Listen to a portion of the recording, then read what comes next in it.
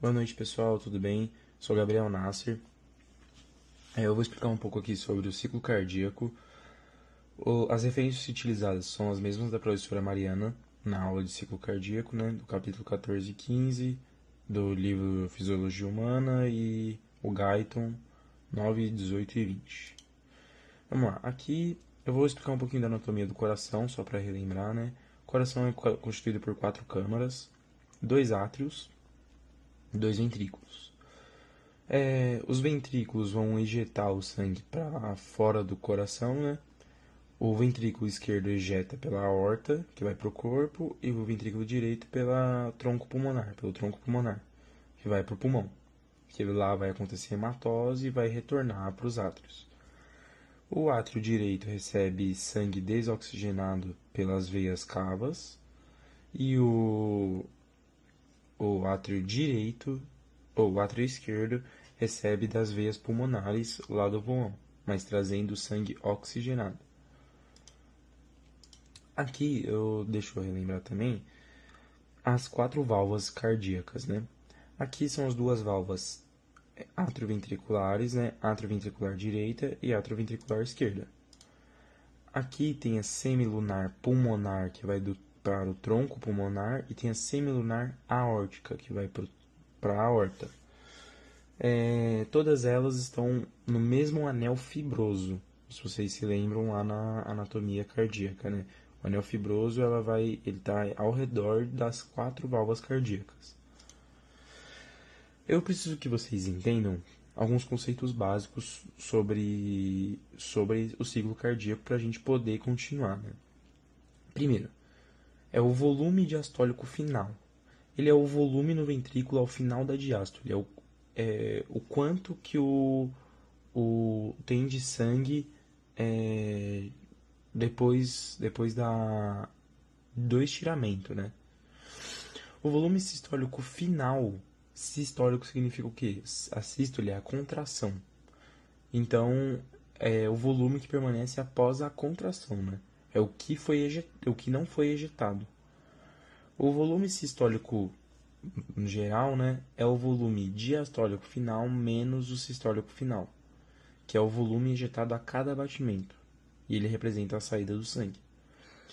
E a fração de ejeção é a porcentagem do volume diastólico final que é ejetado, que é geralmente entre 55% a 70%. Se for abaixo disso, geralmente é uma insuficiência cardíaca, né? E eu preciso que vocês entendam um pouco o que é o retorno venoso, o quanto de sangue foi retornado para o coração.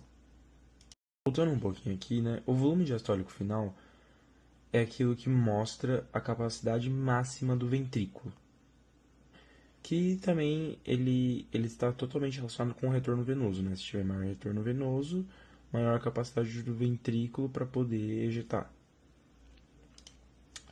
Agora vamos no principal sobre o ciclo cardíaco, né? O ciclo cardíaco aqui principal ele é formado por 5 fases. A primeira é o enchimento ventricular, que é a diástole. Tá vendo aqui, ó, o sangue vindo diretamente para os próprios ventrículos? Aí acontece uma sístole atrial, porque aqui está numa fase sem a contração atrial, mas aqui acontece a contração atrial para o sangue começar a descer, né? Para ele continuar a descida dele para os ventrículos, pelas válvulas atrioventriculares. Agora vem uma contração ventricular isovolumétrica. Isovolumétrica por quê? Porque continua o mesmo volume, entendeu? O volume está igual. Só que as válvulas atrioventriculares têm que se fechar, porque senão vai ter um retorno do sangue que está no ventrículo para o átrio. Isso pode ser por uma insuficiência cardíaca ou pode acontecer por outros motivos, né? É, e, e é isso.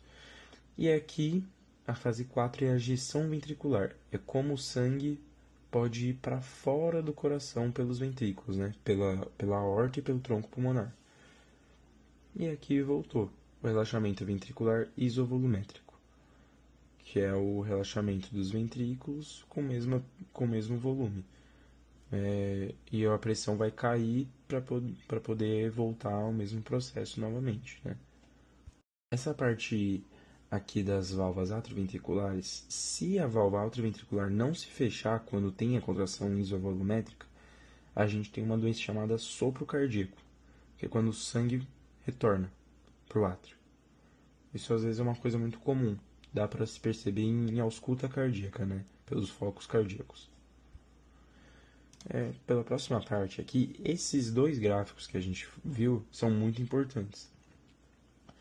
Esse daqui eu acho muito mais visível para quem ainda está meio perdido, né?